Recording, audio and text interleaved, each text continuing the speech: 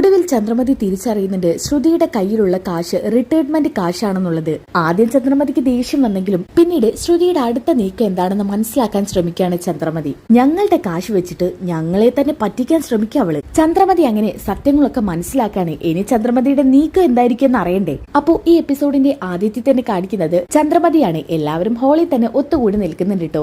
ആ സമയത്ത് ചന്ദ്രമതി പറയുന്നുണ്ട്, ശ്രുതി മോളെ, നീ നിന്റെ ആരോഗ്യമൊക്കെ ശ്രദ്ധിക്കുന്നുണ്ടോ? അതെ, മലേഷ്യന്ന് ഇങ്ങോട്ട് കുറെ പണം അയച്ചു തന്നില്ലേ, എന്നിട്ട് മോളൊന്ന് അച്ഛനെ കാണാൻ വേണ്ടി അവിടേക്ക് പോയില്ലല്ലോ. ഇത് കേട്ടപ്പോ തന്നെ രവി ചോദിക്കുന്നുണ്ട്, അതെ മോളെ, ഇപ്പൊ മോൾക്കും ശ്രുതിക്കും വേണ്ടിയിട്ട് ലക്ഷങ്ങൾ അച്ഛൻ അയച്ചു തന്നത്, എന്നിട്ടും അച്ഛനെ ഒന്ന് പോയി കണ്ടില്ലെന്ന് വെച്ചാ അത് വളരെ മോശമല്ലേ?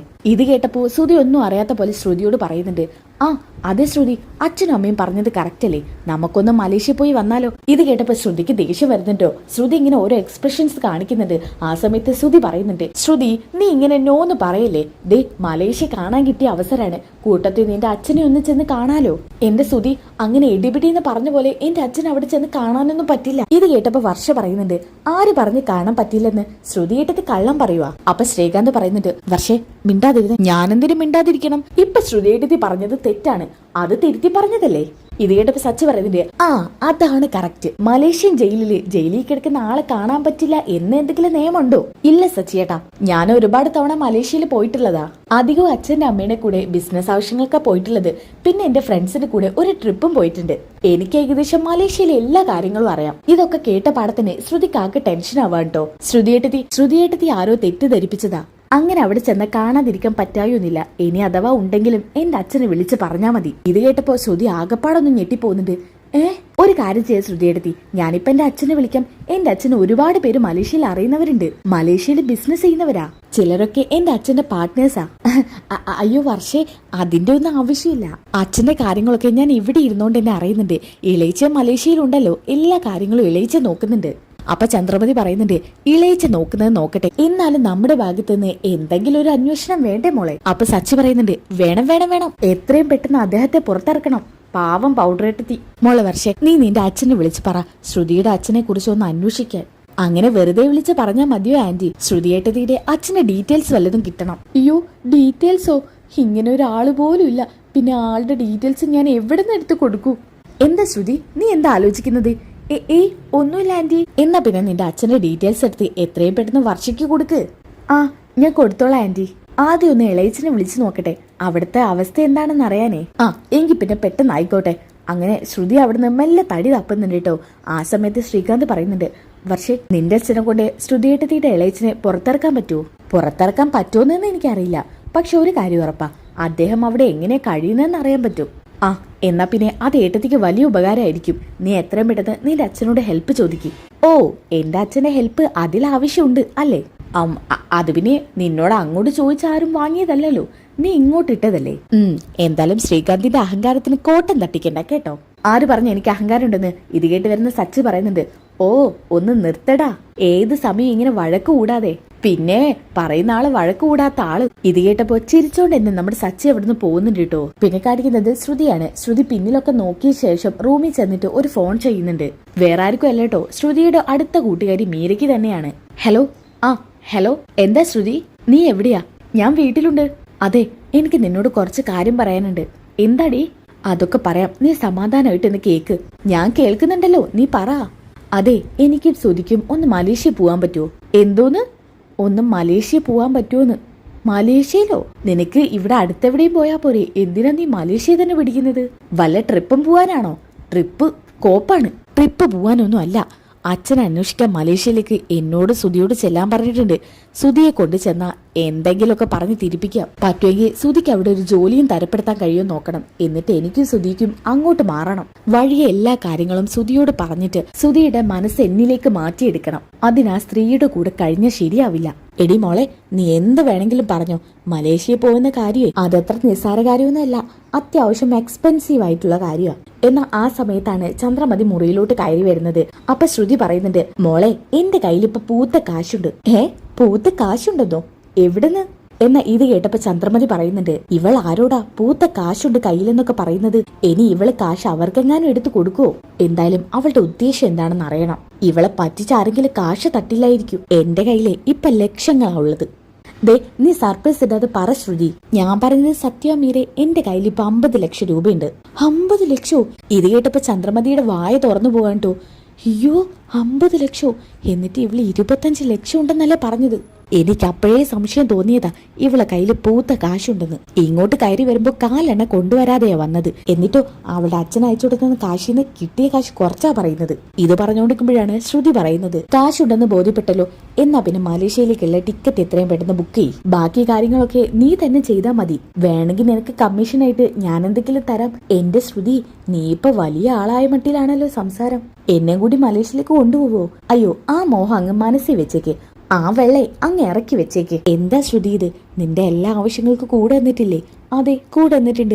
അതിന് ഞാൻ നിനക്ക് വലിയൊരു സഹായം ചെയ്യും. പക്ഷെ ഇത്രയും വലിയ സഹായമൊന്നും നീ ചോദിക്കല്ലേ. ശരി, ഞാൻ ചോദിക്കുന്നൊന്നില്ലേ? അല്ല, നിനക്ക് എവിടുന്ന് ഈ കാശ് കിട്ടിയത്? അത് പറഞ്ഞില്ല. ഓ അതൊക്കെ സീക്രട്ടാ. ഇതിന്റെ ഇടയ്ക്ക് ചന്ദ്രമതി കാണിക്കുന്നുണ്ട് കേട്ടോ. ചന്ദ്രമതി ഇതൊക്കെ സൂക്ഷിച്ച് കേട്ടോണ്ട് നിൽക്കുകയാണ്. ഒന്ന് പറയണ്ടേ ശ്രുതി, എല്ലാ കാര്യത്തിനും നിന്റെ കൂടെ നിൽക്കുന്ന എന്നോട് നീ സത്യങ്ങളൊന്നും പറയുന്നില്ല അല്ലേ? മീരെ ഞാൻ പറയാം, നീ പറയുന്നില്ലെങ്കിൽ പറയണ്ട. മീരെ ഞാൻ പറയാം. ഇതിനു മുമ്പ് ശ്രുതിയുടെ 50 ലക്ഷം രൂപ കാണാതായില്ലേ?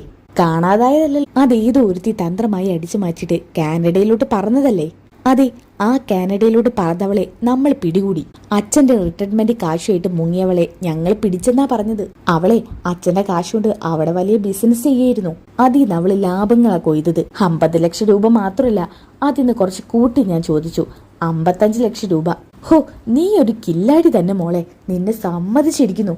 എന്നാ ഇതൊക്കെ കേട്ടിട്ട് ആകെ ഷോക്കായി നിൽക്കാട്ടെ ചന്ദ്രമതി. ഓഹോ, അപ്പൊ അവളുടെ കയ്യിലിരിക്കുന്ന കാശ് എന്റെ രവിയേട്ടന്റെ കാശാണ്. എന്റെ രവിയേട്ടൻ ചോര നീരാക്കിയ കാശ്. എന്നിട്ട് അവളുടെ തന്ത അയച്ചതാന്ന് പറയുവാ. നാണമില്ലാത്തവള്. അച്ഛൻ മലേഷ്യന്ന് അയച്ച കാശാണെന്നും പറഞ്ഞ് എല്ലാവരുടെ കണ്ണിൽ പാറ്റയിട്ടോണ്ടിരിക്കുവായിരുന്നു ഇവള്. കൊള്ളാലോ ഇവള്. എന്നാലും ശ്രുതി ഇതിനൊക്കെ എന്തിനു കൂട്ടുന്നു? ഇവിടെ വരട്ടവന്. എന്തായാലും ഇപ്പൊ ഇവളോട് സംസാരിച്ചിട്ട് കാര്യമില്ല. രണ്ടാളും ഒരുമിച്ച് കിട്ടണം. ആ പണം എനിക്ക് വേണം. എന്റെ രവിയേട്ടൻ അർഹതപ്പെട്ട പണം അത്. അവൾക്ക് മലേഷ്യ പോയി സുഖിച്ച് ജീവിക്കാനല്ല. ഇതും പറഞ്ഞ് ചന്ദ്രമതി അവിടുന്ന് ദേഷ്യം പിടിച്ച് പോകുന്നുണ്ട് കേട്ടോ. പിന്നെ കാണിക്കുന്നത് ശ്രുതിയാണ്. ശ്രുതി, എന്റെ ശ്രുതി. ആഹാ, ശ്രുതി വന്നോ? ആ വന്നു. ദേ നിനക്ക് ഞാൻ എന്താ കൊണ്ടുവന്നിരിക്കുന്നേ നോക്കിയേ. എന്താ ശ്രുതി? ഇതൊന്ന് നോക്ക്. ആദ്യം ഒന്ന് മണത്ത് നോക്ക്. ആഹാ, ഇത് നല്ല മട്ടൻ ബിരിയാണിയാണല്ലോ. അതെ, ശ്രുതിക്ക് ഇഷ്ടപ്പെട്ട ഏറ്റവും ഫേവറേറ്റ് ആയിട്ടുള്ള മട്ടൻ ബിരിയാണി. ഹോ, ഞാനൊന്ന് കഴിക്കണമെന്ന് പൂതി വെച്ചതേ ഉള്ളൂ. എന്റെ ശ്രുതി, കഴിക്ക്. വേണ്ടുവോളം ഉണ്ട്, എടുത്ത് കഴിക്ക് നീ. അല്ല ശ്രുതി, ഇത് ഒരുപാടുണ്ടല്ലോ. എന്തിനാ ഇത്രയും തോനൊക്കെ വാങ്ങിയത്?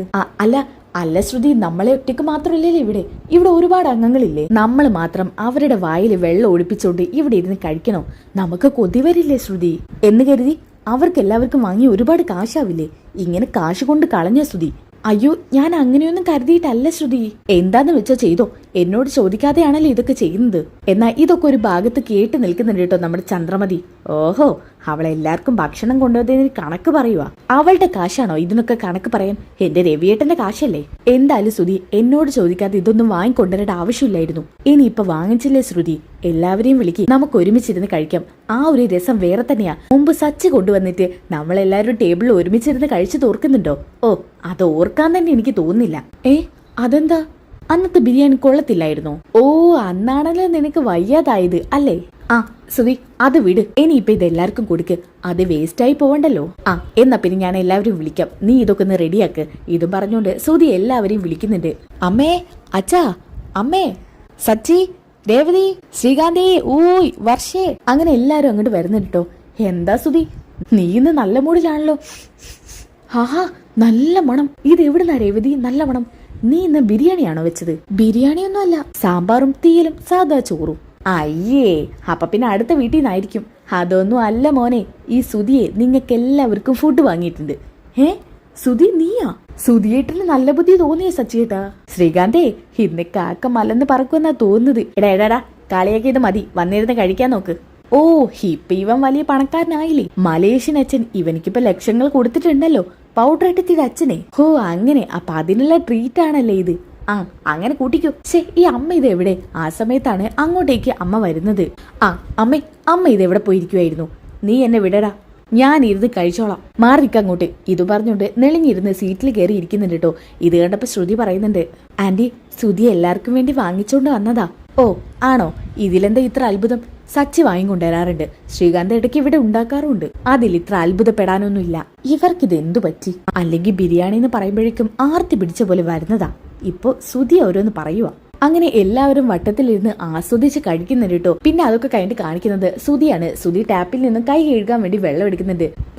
എന്റെ ശ്രുതി, ഇത്രയും അടുത്ത് ഞാൻ ഇത്ര നല്ല ഭക്ഷണം കഴിച്ചിട്ടില്ല. എന്തോരു ടേസ്റ്റുള്ള മട്ടൻ ബിരിയാണി ആയിരുന്നു അല്ലേ? മട്ടൻ ബിരിയാണിക്ക് ടേസ്റ്റ് ഉണ്ട്, പക്ഷെ അമ്മയ്ക്ക് അത് ഇഷ്ടപ്പെട്ടില്ലെന്നാ തോന്നുന്നത്. അമ്മയ്ക്ക് മട്ടൻ ബിരിയാണി ഇഷ്ടമാണല്ലോ. എന്താ അത് അമ്മയോട് തന്നെ പോയി ചോദിക്കും.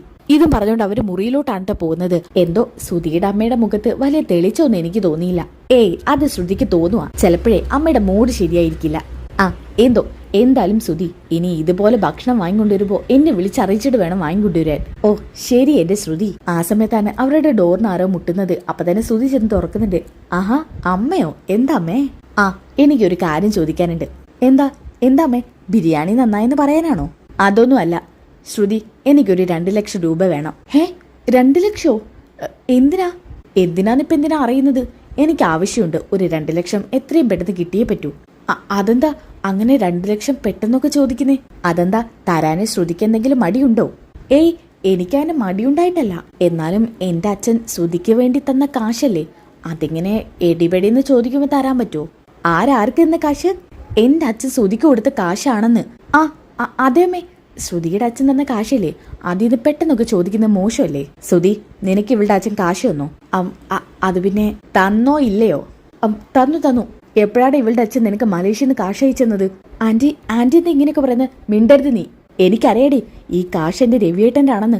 രവിയേട്ടൻ ചോര നീരാക്കിയ കാശാണ് നിന്റെ കയ്യിലിരിക്കുന്ന 50 ലക്ഷം രൂപ. എന്നിട്ട് അവളുടെ അച്ഛൻ അയച്ചെന്നാണത്രേ. ആന്റി, അത് ഞാൻ കേട്ടടിയെല്ലാം. നീ നിന്റെ കൂട്ടുകാരിയോട് വിളിച്ച് പറയുന്നതെല്ലാം നന്നായിട്ട് കേട്ടു ഞാൻ. ശ്രുതി, ഞാൻ നിന്നോട് നേരത്തെ പറഞ്ഞതല്ലേ അമ്മയോട് നമുക്ക് സത്യമൊക്കെ പറയാന്ന്. എന്താടി നിന്റെ മനസ്സിലിരിപ്പ്? നിനക്ക് അങ്ങനെ ഒരു അച്ഛൻ മലേഷ്യയിലില്ലേ? നീ അച്ഛന്റെ പേരും പറഞ്ഞ് രവിയേട്ടന്റെ കാശ് അടിച്ചു മാറ്റാൻ ശ്രമിക്കുകയാണോ? ഇങ്ങെടുക്കടി, പെട്ടെന്ന് ആ കാശ് എടുക്ക്. ഒരു നിമിഷം പോലെ നിന്റെ കയ്യിൽ ആ പണം വെക്കാനുള്ള അർഹത നിനക്കില്ല. അയ്യോ, ഞാനിനിയിപ്പൊ എന്താ ചെയ്യാ?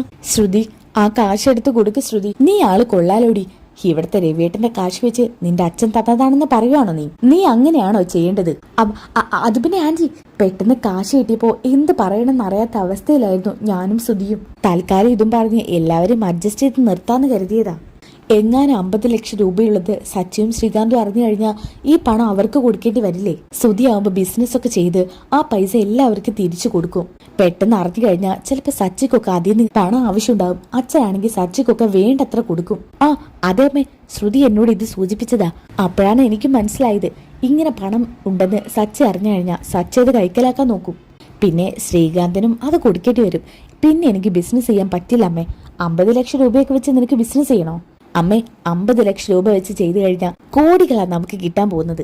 ഇതും പറഞ്ഞ് ചന്ദ്രമതിയെ മനസ്സ് മാറ്റാൻ ശ്രമിക്കുന്നുണ്ട് കേട്ടോ. ചന്ദ്രമതിയാണെന്നുണ്ടെങ്കിൽ അതിൽ വീണ് പോകുന്നുണ്ട്. എന്തായാലും ഈ ഒരു കിടിലൻ ട്വിസ്റ്റ് നിറഞ്ഞ എപ്പിസോഡ് ബാക്കി വരാനിരിക്കുന്നുണ്ട്. ഇന്ന് തന്നെ അപ്ലോഡ് ചെയ്യും. അപ്പോൾ അപ്ലോഡ് കിട്ടാൻ വേണ്ടിയിട്ട് നെക്സ്റ്റ് എപ്പിസോഡ് ഒന്ന് കമന്റ് ചെയ്യുക. അടുത്ത വീഡിയോയിൽ കാണുന്നവരേക്കും എല്ലാവർക്കും ബൈ ഗായ്സ്.